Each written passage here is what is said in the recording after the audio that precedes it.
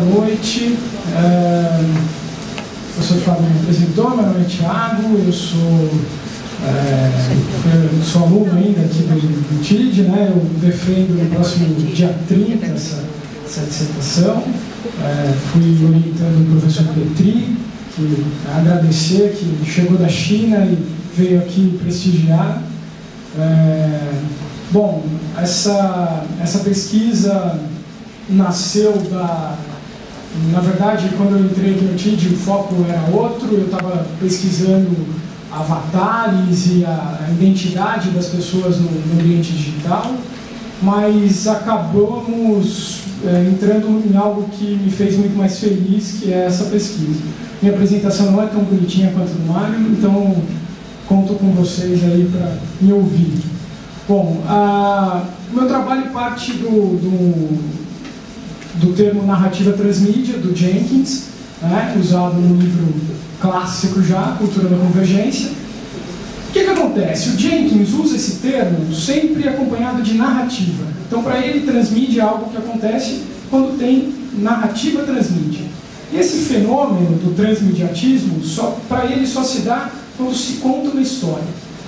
Mas a gente consegue observar que as personagens são representadas em diversas plataformas, em inúmeras formas de apresentação, ainda que não narratologicamente. O que eu quero dizer com isso? Quando eu, por exemplo, uso uma camiseta que tem o Batman, isso é transmídia, e não necessariamente isso conta uma história.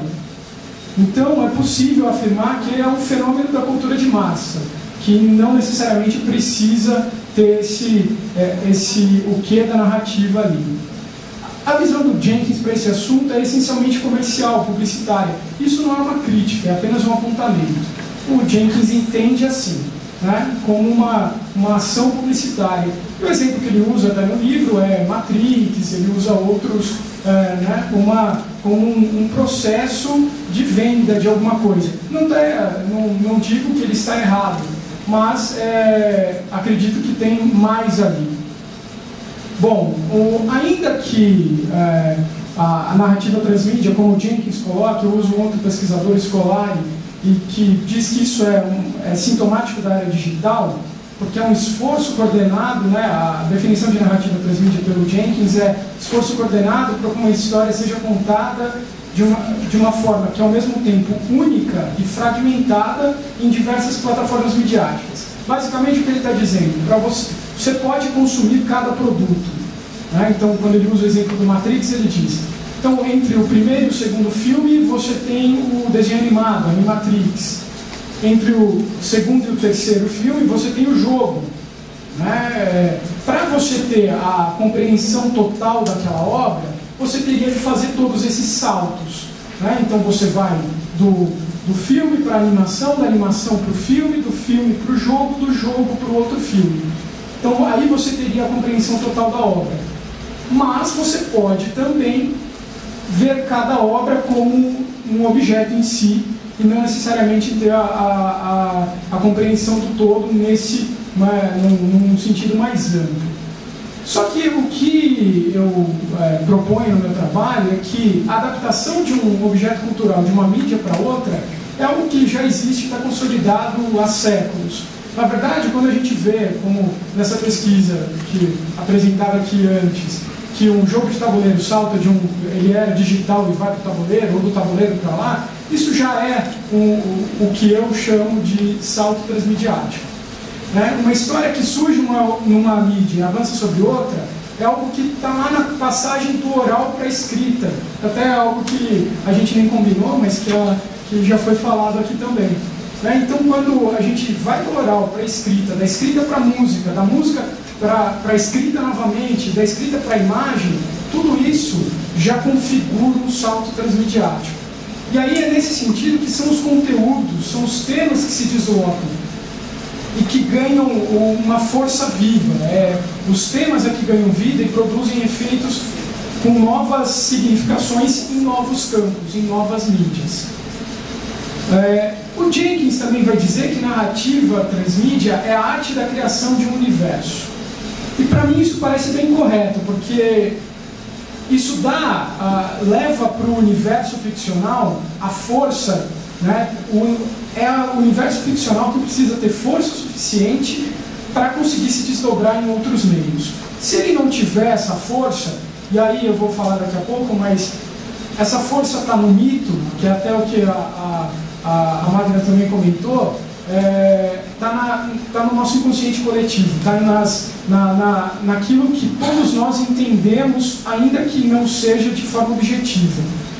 Então, quando ele tem força suficiente, ele consegue fazer com que o usuário ou espectador, todos nós, tenhamos vontade de perseguir esse nosso objeto por diferentes mundos, por diferentes plataformas midiáticas. Então, assim, quando existe esse interesse, independente de ter uma narrativa ou não, eu proponho que se dê o nome a esse fenômeno de salto transmediático. Bom, e aí, para entender esse processo, eu uso os super-heróis. E por que os super-heróis? Porque se o salto transmediático é um fenômeno da cultura, também é um fenômeno da cultura o super-herói.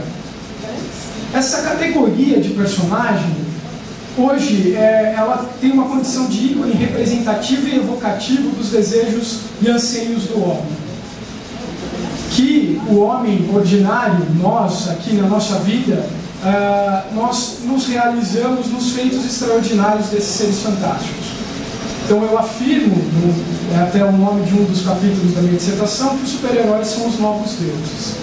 Por que isso? Porque eles bebem da fonte mitológica, lá da jornada do herói do Campbell. Enfim, não vou me estender aqui, porque eu tenho todo um capítulo discutindo como os super-heróis se encaixam na estrutura mitológica proposta pelo Campbell, mas tem algumas características que fazem com que eles sejam facilmente adaptáveis e sejam a base perfeita para que saltem, como eu proponho no meu trabalho, das HQs, das histórias em quadrinhos, para o cinema e daí para os games.